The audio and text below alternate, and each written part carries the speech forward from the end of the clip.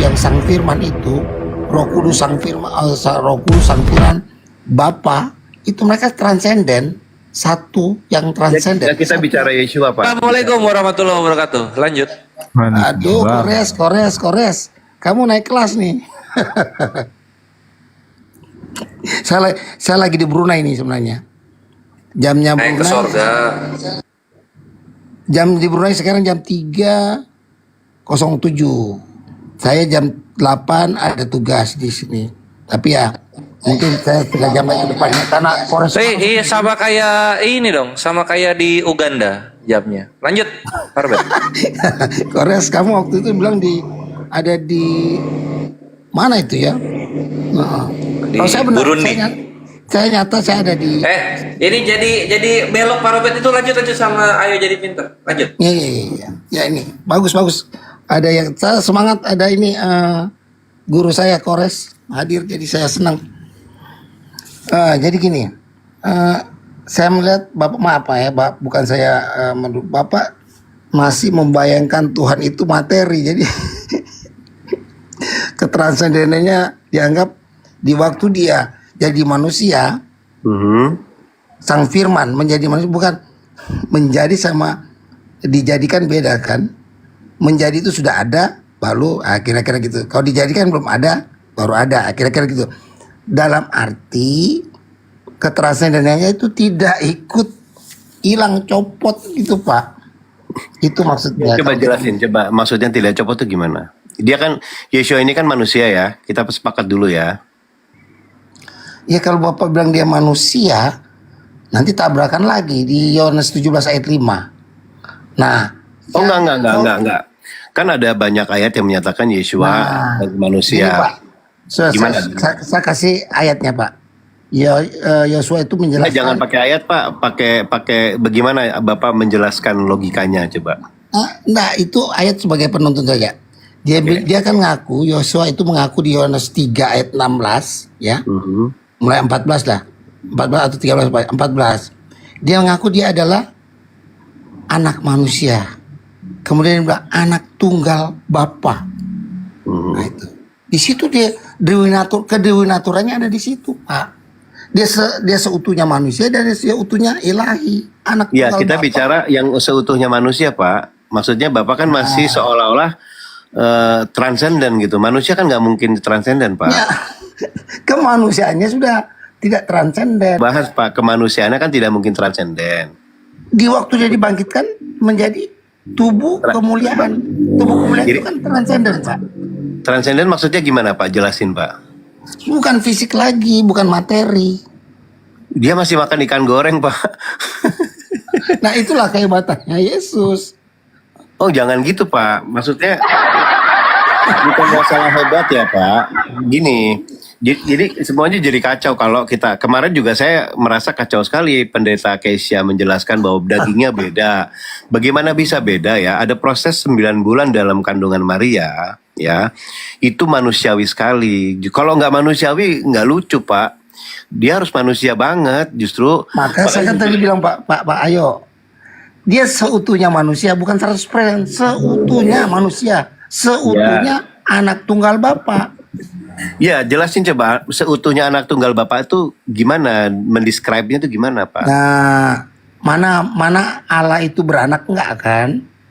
Iya, kan jelasin. Hanya terminologi saja, ya. Ya jelasin, saya paham kok, saya paham terminologi, saya Kristen dari lahir Pak. Nah ya makanya, tapi maaf, saya senang juga ketemu Bapak. Pasti Pak, pasti senang. Kita mempunyai pemahaman yang ini, tapi saya senang, sangat senang.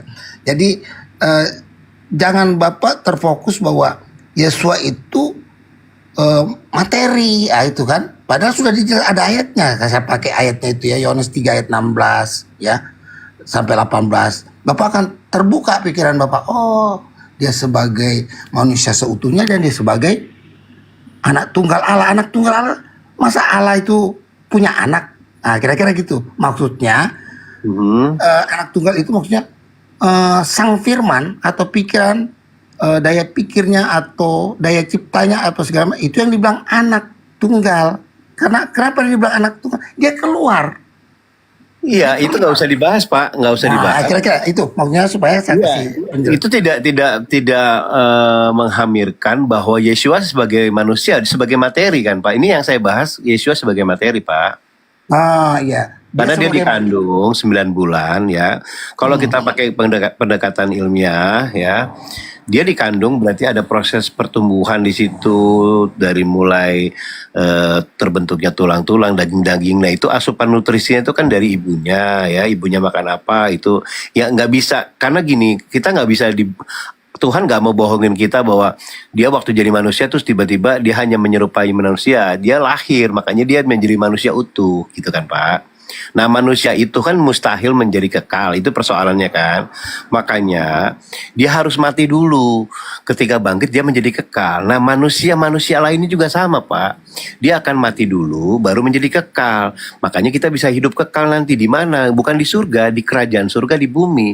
Di bumi itu bisa jadi kekal Pak. Bagaimana cara bisa menjadi kekal? Ketika Roh Kudus ada di dalam setiap manusia, karena Roh Kudus itu bisa memampukan manusia hidup kekal. Makanya Yesua, dia bisa bangkit lagi karena Roh Kudus membangkitkan dia, lalu dia hidup kekal. Nah, makanya Yesua katakan kepada muridnya, kuduslah.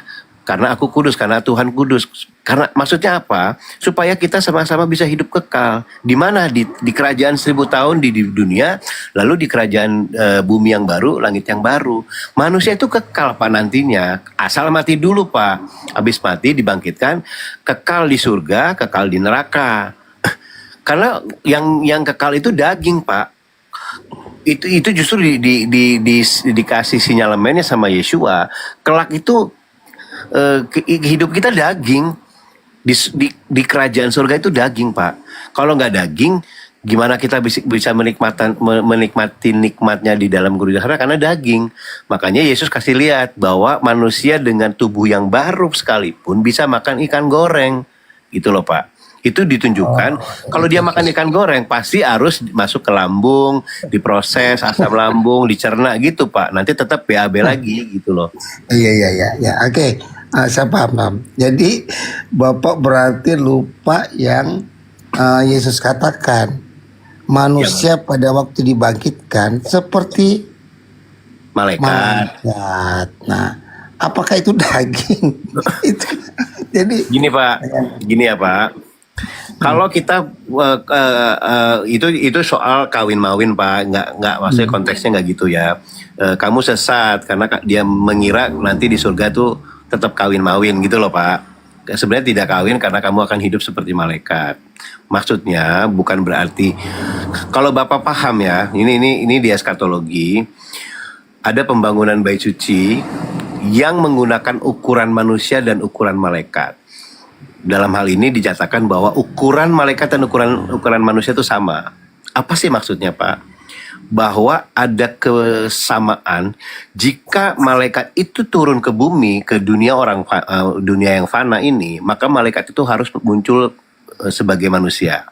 Kenapa begitu? Lihat, ada buktinya ketika malaikat menampakkan diri kepada Maria menjadi menjadi seperti gembala, lalu zaman Lot ada 2 malaikat Tuhan itu emang munculnya seperti cahaya enggak kan Pak? Itu kan pasti dengan seperti malaikat Tuhan yang bertemu Abraham di Mamre juga 3 orang wujudnya seperti manusia.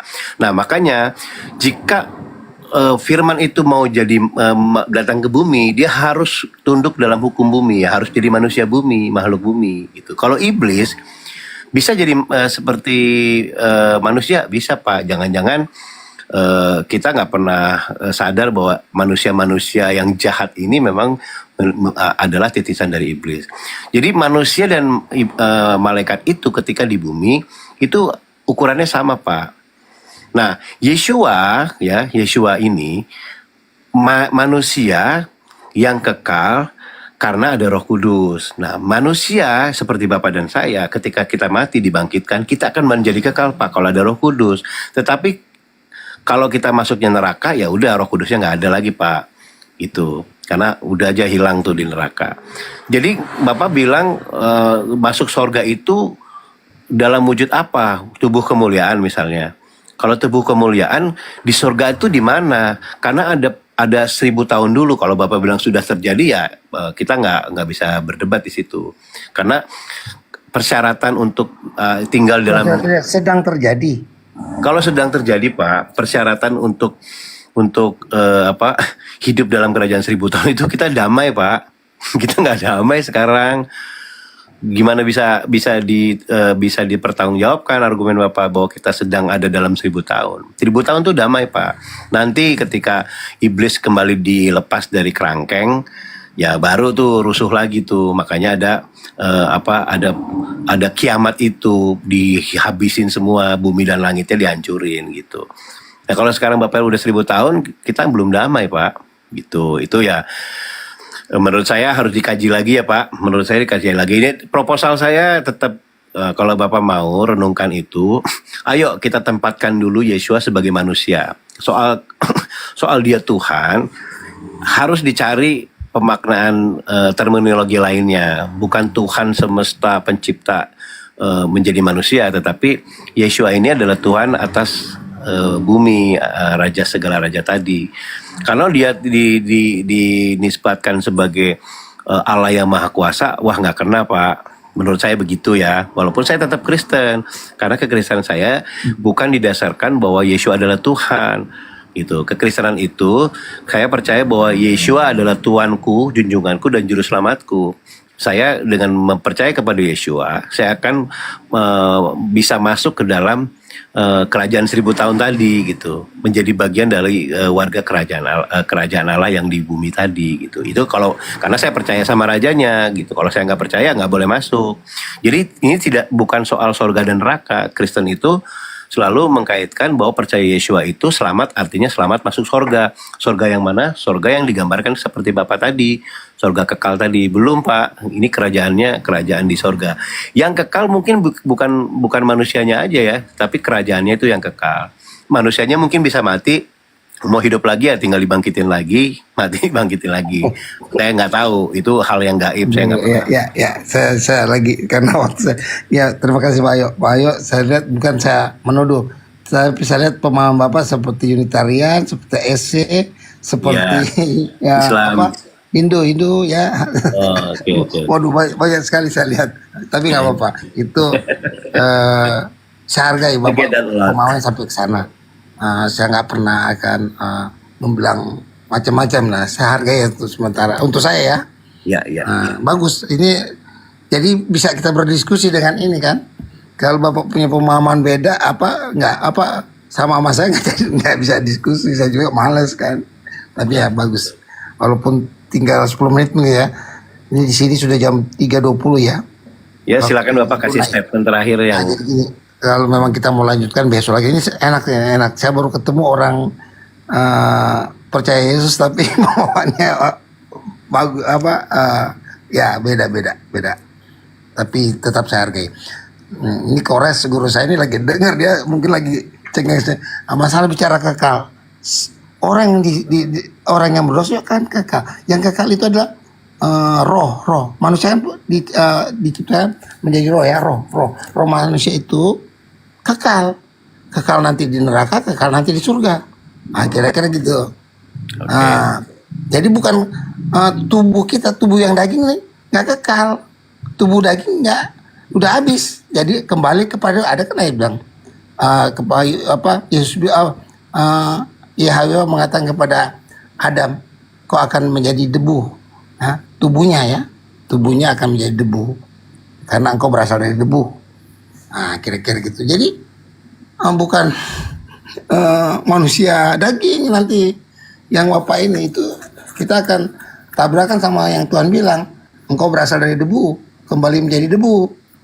Nah, jadi Yesus itu dibangkitkan dalam tubuh kemuliaan ya. Kedagingannya itu menjadi tubuh kemuliaan yang melekat itu sampai ini. Maka dia masih pakai istilah anak manusia itu kita lihat di Matius 16. Ini masih lapar ya Pak ya. Nah, tapi bisa makan ikan goreng ya Pak. Dia bukan lapar, kan dia membuktikan kepada dalam konteks ini gini. Dalam konteks kalau kita lihat tuh ikan goreng, dalam konteks ini soalnya murid-muridnya itu banyak yang nggak yakin dia bangkit, Pak. Maka dia buktikan nih, aku bangkit. dia makan ikan goreng. Bahkan ada lagi Pak pembuktiannya itu. Kan ada. Pembuktiannya bukan itu aja loh Pak. Pembuktiannya dia memperlihatkan tangannya yang bolong loh Pak ke toko. Nah, iya itu. Berarti tubuhnya masih yang lama dong Pak. Ya di sini kita lihat bahwa bukan murid-murid yang sudah bisa dibilang makan tidur sama Yesus aja, setelah Yesus terangkat ke surga baru mereka menyembah dia kan, walaupun mereka dulu tadinya menyembahnya, tapi menyembah dengan seutuhnya pada waktu dia terangkat, ya.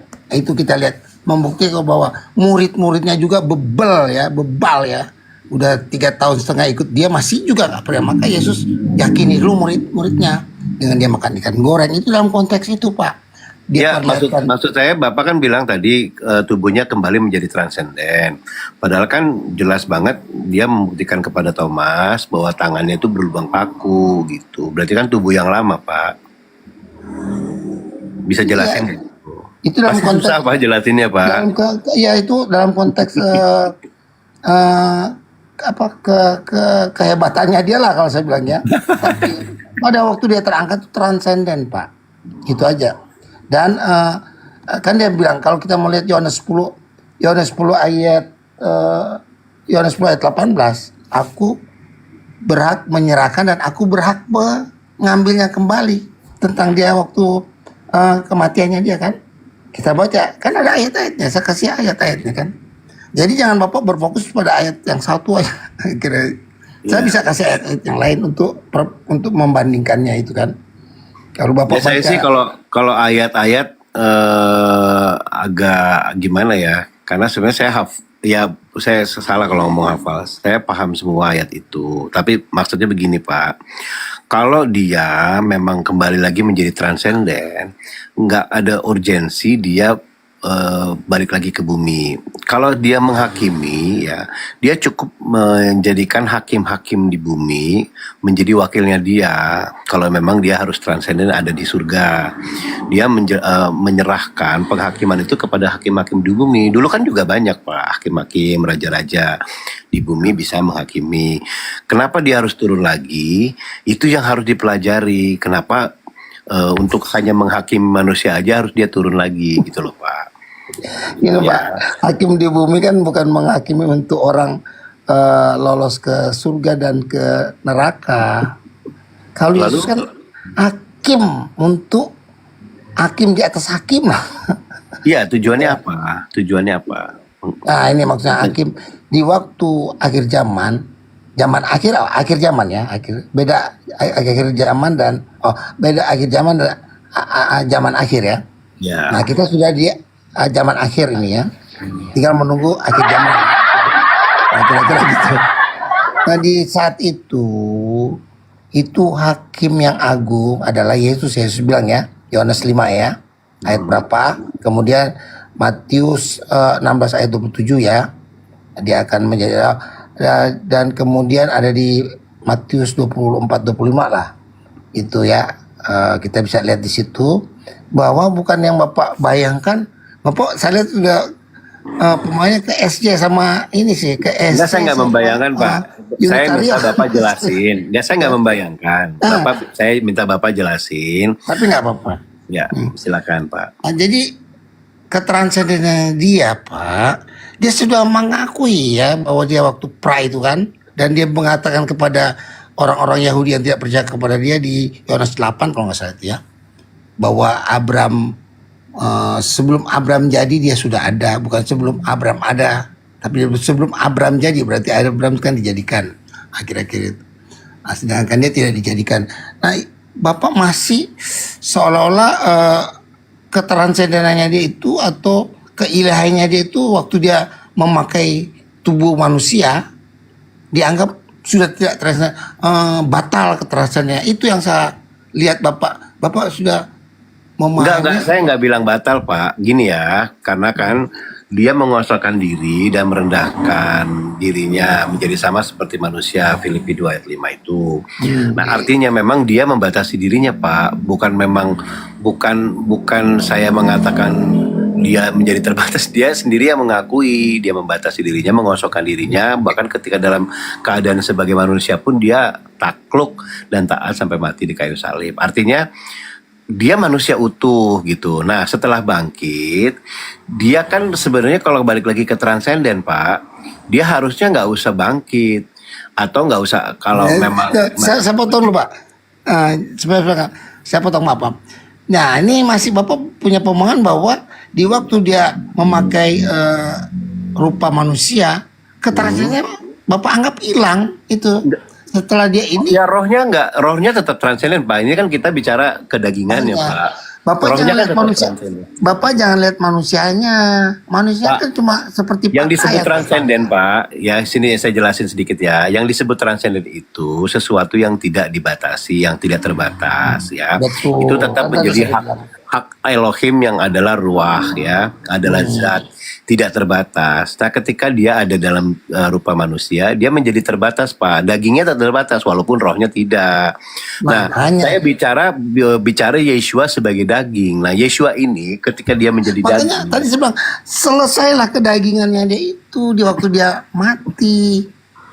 faktanya nggak selesai Pak. Faktanya tidak selesai karena dia menggunakan tubuh yang lama. Dia tubuh yang bolong Pak. Tubuh yang bolong itu diperlihatkan kepada Thomas. Ini loh aku. Coba kalau kamu percaya, cucukkan jarimu. Artinya dia nggak pernah menjadi transenden Pak. Tubuhnya tubuh yang lama, tetapi menjadi kekal itu loh. Oke, saya potong. Itu loh. Di waktu dia bilang 2-3 orang berkumpul, dia ada. Itu hadirat Pak. Hadirat. Bukan transenden itu. Bapak paham nggak hadirat Pak? Ya hadirat Tuhan itu kita bisa definisikan ada di surga. Padahal dia ada di mana saja ya. Padahal Maksudnya gimana Pak? present. Nah kemudian Bapak masih melekat bahwa Yesus kedagingannya masih itu udah selesai. Itu aja kalau kan banyak. Iya, Bapak nggak bisa jelasin soalnya. Tadi kan saya bilang, oke lah saya salah ya Pak. Saya Nah salah. gini aja kita pegang gini aja. Itu. Bapak gini aja kita pegang. Dia bilang 2-3 orang berkumpul dia ada. Itu menyertai filosofi, kamu sampai Pak. akhir zaman.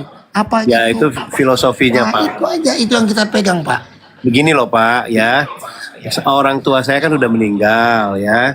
Tapi ketika kita ngumpul-ngumpul ya, kita bicarakan orang tua kita seolah orang tua kita tuh masih hidup. Itu filosofi Pak. Jadi kamu berkumpul, aku akan ada. Bukan berarti hadir secara empiris gitu loh Pak.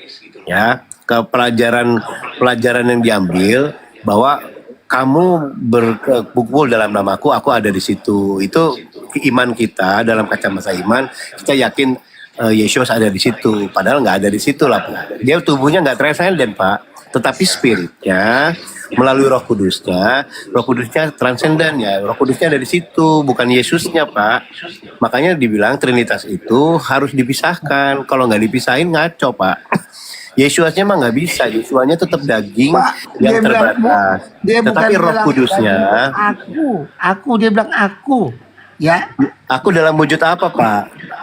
Kalau Tidak, makanya kalau Bapak tidak. berpercaya Trinitas, ketika dia bicara aku, firmannya adalah firman Bapa, kehadirannya adalah Roh Kudusnya Pak, gitu loh justru. Kan iya, Yesus. dia dalam bentuk roh. Nah makanya saya bilang tidak Yesusnya, tetapi Roh Kudusnya yang hadir, gitu loh Pak. Ya. Kalau enggak Yesus usah bilang, jadi jangan pakai bukan saya- Trinitas Pak, Yesus jadi yang oneness bilang, aja Yesus Pak. bilang, Kalau gini ya, Pak. oneness itu Bapak lebih pegang make ya. sense kalau memang begitu. Kalau Bapak punya pemahaman begitu bahwa Yesus adalah segala-galanya, Roh Kudusnya kayak ditendang begitu aja Pak. Jadi seolah-olah nggak ada artinya gitu loh. Waduh, kita kalau bicara Yesus, ya, saya bukan Wanes. Kalau Wanes maaf di blender semua itu ya. Kalau saya bukan Wanes, bahwa Sang Roh atau Logos, Sang Bapa, ya, Sang Roh Kudus itu transenden semua itu. Itu satu di dalam tubuh Bapa. Kira-kira gitu. Itu satu. Dan Bapa itu mempunyai gini. Bapa yang sebagai sentral atau sebagai sumber di dalam dirinya ada Sang Logos, Hologos ya, ada Sang Firman, ya itu Nah, Kalau itu, Yesus itu yang gimana, kita Pak? bilang Allah. Ya kalau Yesus gimana bisa jadi transenden Pak? Jelasin Pak. Gimana? Yesus itu bisa menjadi transenden itu gimana Pak? Ya, Yesus itu Bapak melihat Yesus manusianya itu Bapak. ya terus gimana saya melihat Allahnya di mana Pak? Kan nggak ada penjelasan itu Pak. Di waktu dia di dunia dia bilang di waktu di dunia dia waktu si siapa ya Simon apa tunjukkan Bapak itu padaku ya dia bilang kamu sudah begitu lama sama aku kamu tidak tahu Filipus siapa Pak aku. yang nanya Filipus ya, Filipus Pak di Yohanes 16 itu. Kemudian tuh Mengapa kamu bisa bertanya itu? Sudah sekian lama engkau bersama-sama dengan aku.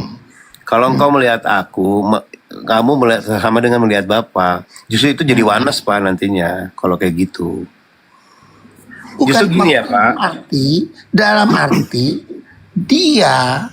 arti Bapak diperkenalkan melalui dia, melalui sang firman-Nya. Kita bisa kenal Bapak melalui sang firman-Nya, Pak. Bapak bisa Iya, kenal saya dari bapaknya kan transenden Pak. Pak Ayo saya bisa kenal di sini karena suara Bapak loh.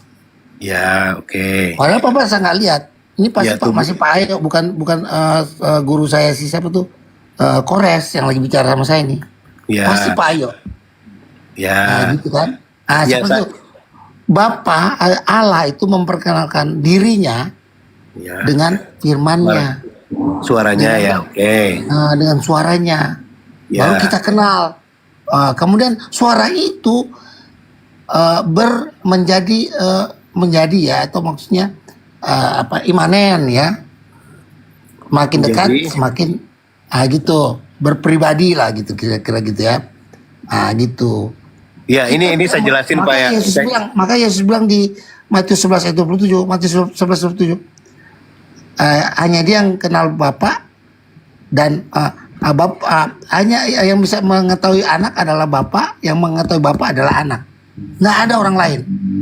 Dia itu nggak menjelaskan apapun Pak. Jadi Bapak gini ya, suara saya bisa jadi transenden Pak, karena saya ada di sini, Bapak bisa dengar di Brunei, ya itu transenden ya Pak, nggak bisa dibatasi karena bisa ditransmisikan melalui banyak device gitu.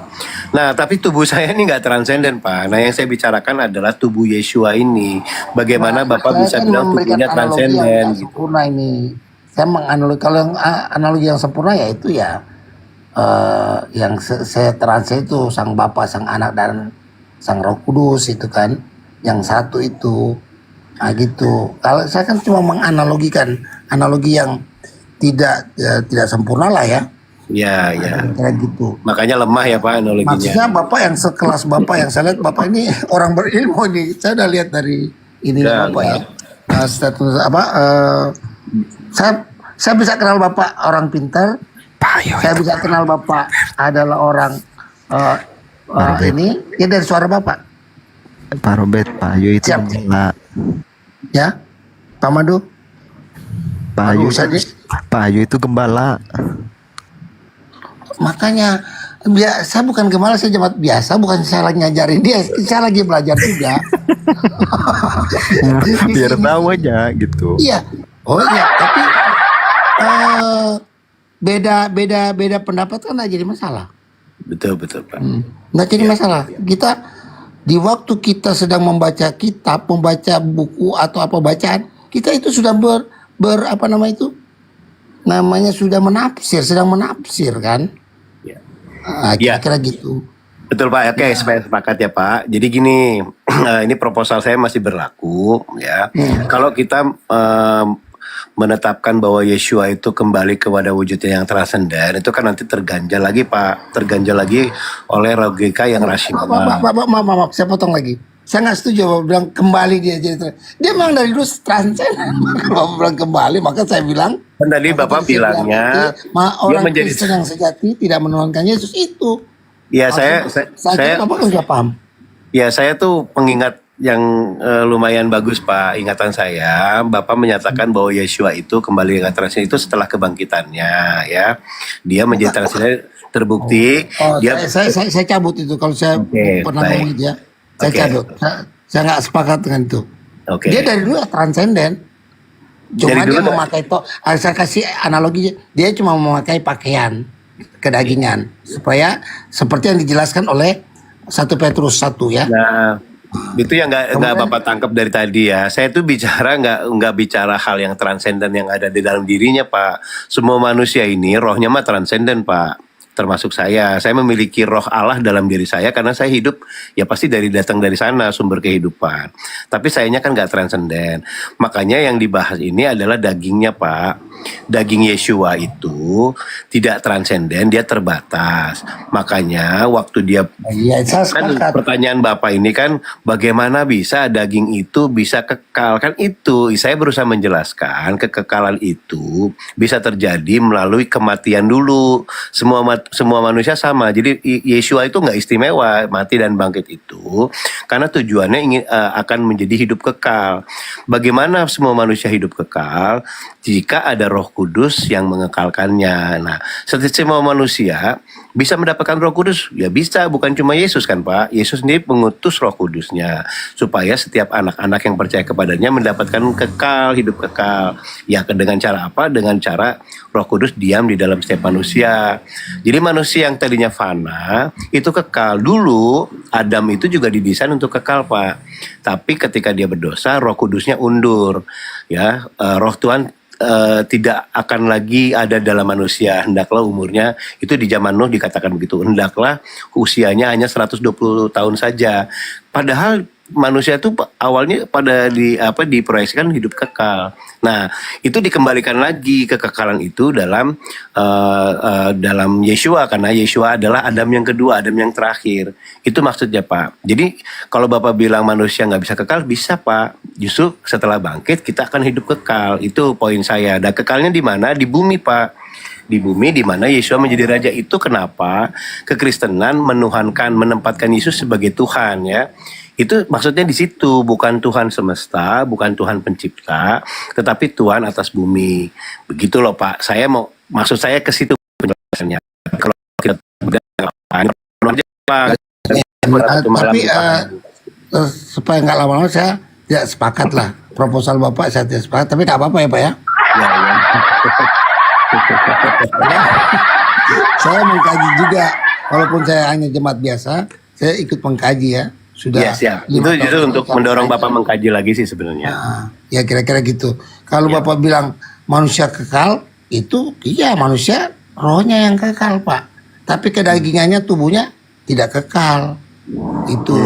Okay. Kalau jiwanya kekal, nanti dia kekal. Yang percaya Yesus kekal di surga, yang tidak percaya kekal di neraka.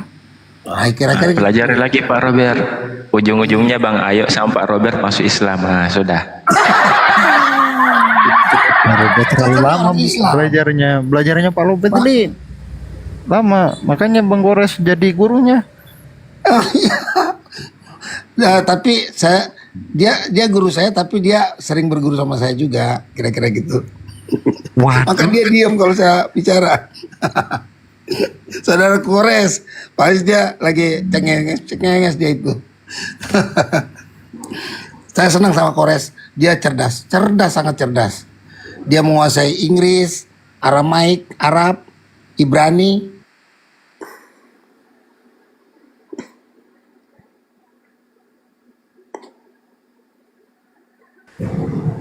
waduh.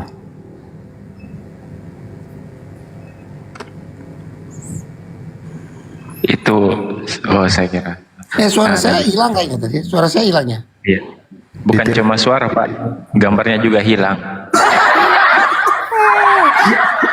Saya belum di HP saya yang satu ini saya belum 1000. Kalau HP yang satu udah 1000 lebih. Suaranya kecil banget. Tapi mungkin cukup dulu ya. Udah mau jam 4. Aduh, saya cuma tinggal tidur. Mana saya kemarin dari Jakarta nggak tidur, sampai di sini langsung tugas. Malam ini disuruh tidur sama teman-teman saya, malah saya. Ya oke deh. Senang. Siap, Saya Pak. hormati semua yang ada di room ini. Dan salam kenal bagi yang ingin kenal. Mohon maaf apabila saya telah banyak membuat ketidakperkenanan bagi hati Bapak Ibu yang hadir di sini dan yang mendengar sini. Pokoknya salam satu NKRI, kita semua masuk surga, itu aja. Saya kira salam satu Tuhan Pak Robert. Aku juga Ya. gitu, salam satu Salam Tuhan. satu Tuhan itu nggak perlu saya kasih tahu. Tuhan itu satu kok. Aduh, Pak Robert. Oke, Pak oke, Madu. sama. Pak Madu kita kan udah berapa kali ketemu ya? Ya sering Pak Robert. Ya, ini kayak Pak Madu saya curiga dia ini si Baal atau si ini ya? Wah, mana bukan Beda lain. lagi. Beda lagi. Hah? Pak Robert, Ya, kalau Ustadz Madu itu markasnya itu di sini, markasnya ada Beda, suaranya ya. tuh mirip Baal sama. sama Kang Dito. Aduh itu senang saya sampai 5 jam sama beliau kalau diskusi sebab tidak ada yang saling ini bantah membantah. Enak mengalir gitu aja. Oke, saya hargai semuanya yang ada di sini karena besok saya jam 8 sudah harus tugas. Nggak enak di negara orang. Terlambat. Oke ya. Ya, Tuhan berkati Pak, Tuhan berkati ya. Sama-sama Pak Ayo, kita baru ketemu tapi saya senang sekali sama Bapak. Terima kasih Bapak banyak Siap. pemahaman. Ya, Tuhan memberkati semua. Gimana Pak? Enak kan diskusinya Pak? Enak lah. Nah, Gitu. ya memang mentok. ada yang- sih. Kalau terhitung Ya. memang mentok. Nah, saya bingung jelasinnya. Nah, Pak Robert bingung, saya lagi apa lagi ya? Coba bagaimana itu Ustadz Madu? Bagaimana caranya roh menciptakan roh? Ayo. Jangan dulu ke sana, ada roh mempunyai roh gitu. Nah, itu saya bingung.